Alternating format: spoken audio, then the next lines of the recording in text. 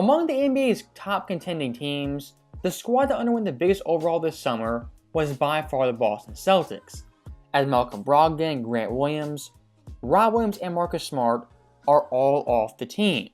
That is a big chunk of their core that made the NBA Finals and East Finals last year. And having someone like Marcus Smart, the heart and soul of their team for close to a decade, just ripped out, it is pretty devastating. Now, luckily for Boston fans, what you replace those guys with is Jrue Holiday and Porzingis, which is more than enough adequate help for Tatum and Brown. And having these so-called new Big Four with Tatum, Brown, Porzingis, and Jrue, having enough talent isn't a question for the Boston Celtics. My main question with Boston, like every year, is with Jayson Tatum, their leader. Can Tatum, the individual, take the step from top 5 to 7 player to really top 3 to 4 player who's a killer in the clutch and get 30 points at the drop of a hat? If Tatum takes one more mini leap as a player, that eliminates a lot of questions about Boston and their ability to finally get that NBA championship. Now, past Tatum, my main concern with Boston, it was their depth and their front court defense. As having someone like Porzingis, while he's a tall player, 7-footer, I didn't think Porzingis was this locked down in the paint. And I'm not going to overreact to one game versus the Knicks, but Porzingis in this game was like prime Bill Russell, having 4 blocks and really altering any shot that was in the paint and around the rim. I didn't watch many Wizards games last year, but Porzingis' impact defensively, I really underestimated.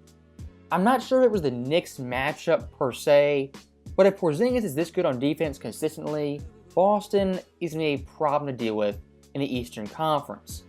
And looking at him offensively, he's not going to have 30 points every night and be lights out from deep. But comparing him to Rob Williams, the shot blocking, the defense, that aspect is covered. But the 3-point shooting is a ridiculous bonus on top of that.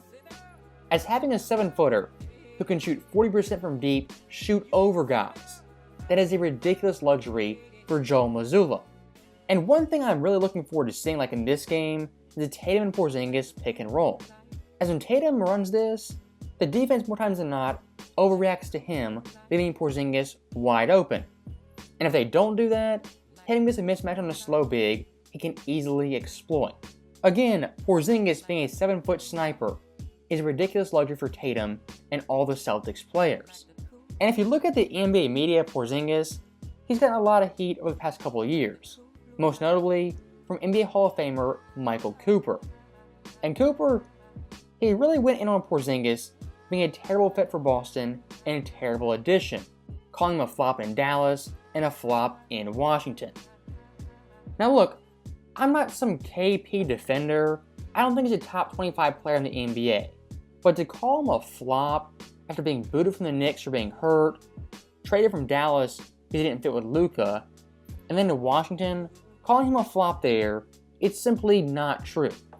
As KP in Washington averaged 23 points, 8 boards, nearly 2 blocks on 49-38 and 85 splits. On paper, that right there is the ideal player Boston needs to be the third option every single night. And if Porzingis has this defensive effort every single night in the playoffs, my only concern with this guy is overall health. But at some point, he is going to get hurt. And one of the big time upgrades of Porzingis going to Boston, the overall pressure being the quote unquote guy or even number 2 option isn't there night to night. And depending on Jrue Holiday, Porzingis some nights might be the 3rd option or even 4th option. Now, speaking of Jrue Holiday, what can I say about this guy? One of the best perimeter defenders in all of basketball. And tonight, he didn't even have one single steal. But the way he impacts the game, pesters guards, it is a thing of beauty. And looking at Boston's best player by far, and in my view, one of the top 5 best players in the league, Jayson Tatum in this game, he was scoring with absolute ease. It was like prime Paul George levels, Kevin Durant type ease.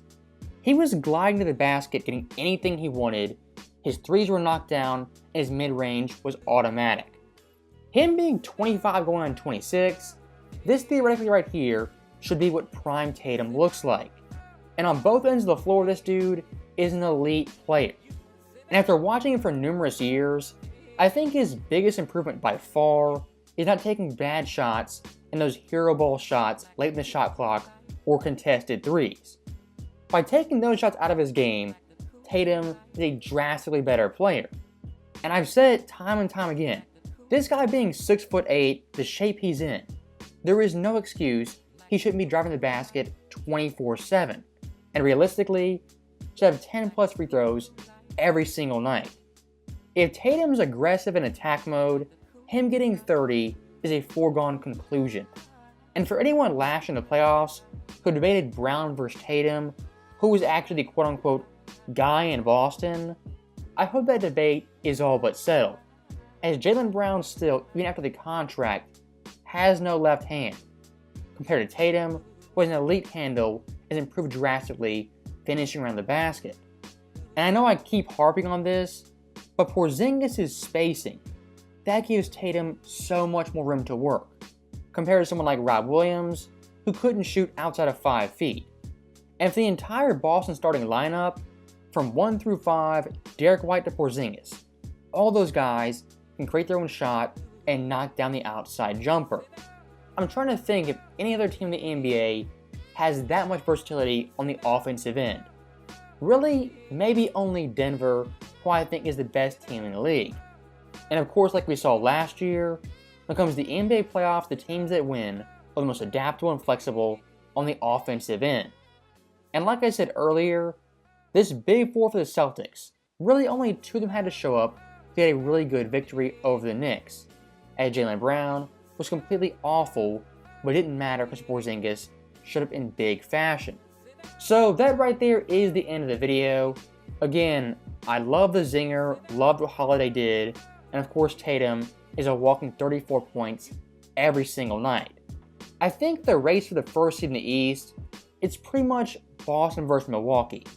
I think the Knicks are a sleeper team. I don't think they're better than the Heat as an overall roster, but record-wise, could be the 3rd seed pretty easily, as teams like Philly, Cleveland are either stagnant or getting worse.